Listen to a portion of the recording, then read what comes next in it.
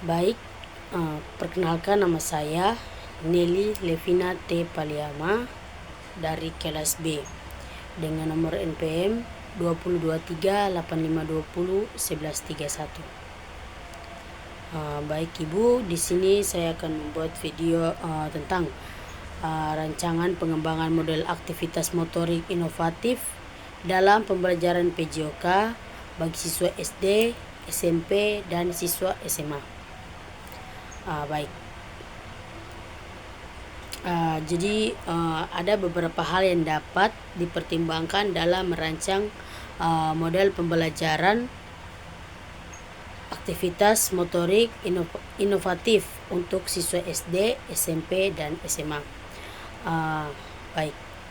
Hal yang dapat dipertimbangkan dalam merancang model pembelajaran aktivitas motorik itu terbagi ada 4. Yang pertama, alat dan perlengkapan. Yang kedua, modifikasi olahraga. Yang ketiga, model pembelajaran inovatif. Dan yang keempat, permainan yang dimainkan. Oke, baik. Jadi kita masuk ke yang pertama, alat dan perlengkapan.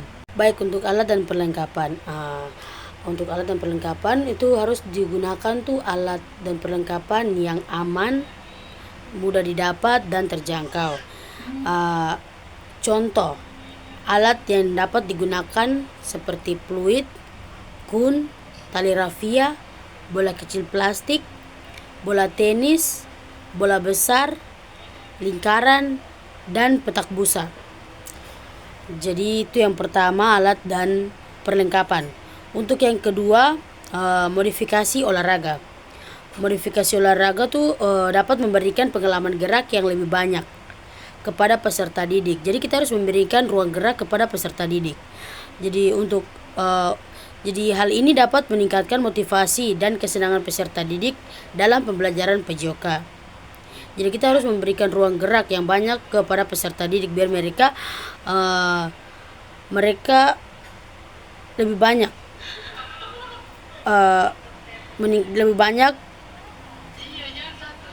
bergerak dan dapat meningkatkan motivasi dan kesenangan peserta didik. Oke, untuk yang ketiga. Untuk model pembelajaran inovatif adalah metode dan strategi baru untuk meningkatkan hasil pembelajaran yang menciptakan pengalaman belajar yang menarik. Baik, jadi ada beberapa contoh model pembelajaran inovatif. Yang pertama, cooperative learning. Itu seperti siswa bekerja sama dalam kelompok kecil untuk mencapai tujuan pembelajaran bersama. Jadi membuat satu kelompok dan siswa mengerjakan tugas kelompok itu secara bersama.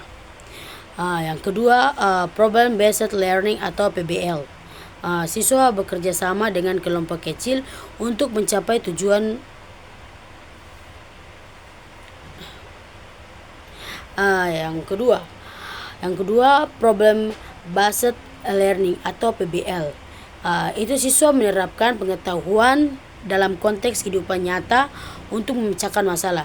Jadi siswa memberikan suatu contoh pengalaman sehari-hari dia, seperti dia mengerjakan tugas di rumah, dia mengerjakan secara sendiri dan untuk mendapatkan hasil yang lebih baik. Untuk project based learning, itu siswa mengerjakan proyek nyata untuk mengembangkan keterampilan seperti riset, kolaborasi, dan problem solving. Yang berikutnya, inquiry based learning. Itu siswa belajar secara terarah dan terstruktur melalui proses penemuan dan eksplorasi. Yang keempat, flipped classroom. Siswa mengakses materi pembelajaran secara mandiri di luar kelas. Kemudian di kelas digunakan untuk diskusi dan penerapan konsep. Yang berikutnya, blended learning. Blended learning itu siswa mengikuti sebagian materi pembelajaran di kelas dan melalui platform online atau secara online dia mengikuti pembelajaran. Yang berikutnya, pembelajaran berbasis masalah. Siswa didorong untuk berpikir analitis, mengidentifikasi solusi, dan bekerja secara kolaboratif. Berikutnya, pembelajaran berbasis game. Siswa harus terlibat dalam tantangan, level, atau skenario untuk mencapai tujuan dalam permainan tersebut. Yang berikut, teknik saintifik. Siswa mengumpulkan data melalui pengamatan, kemudian melakukan penelitian atau percobaan dan mengolah hasil percobaan untuk menemukan informasi. Selain siswa, guru juga dapat menggunakan media pembelajaran inovatif seperti poster, papan atau buku interaksi, alat peraga, dan permainan.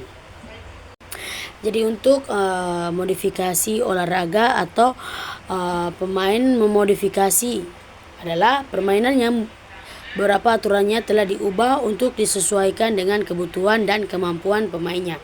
Tujuannya modifikasi permainan adalah agar siswa dapat belajar mengerjakan pola gerak yang benar. Yang berikut ada beberapa contoh modifikasi olahraga itu seperti tarik ekor, bola tengah, bola voli. Jadi tiga permainan ini yang dimodifikasi. Oke, baik. Penerapan berbagai model pembelajaran. Jadi setiap model pembelajaran memiliki karakteristik tujuan capaian yang berbeda. Penerapan berbagai model pembelajaran dapat membantu menciptakan kondisi belajar yang lebih efektif, efisien, dan menyenangkan. Berikutnya adalah pemilihan permainan. Jadi permainan sederhana seperti menyusun balok, bermain bola, melukis, menggambar, bermain dengan adonan, menarik, dan mendorong. Mainan dapat membantu mengembangkan keterampilan motorik anak. Untuk pembelajaran inovatif adalah pembelajaran yang berorientasi pada strategi, metode, atau upaya untuk meningkatkan kemampuan positif dalam proses pengembangan potensi. Baik, sekian dan terima kasih.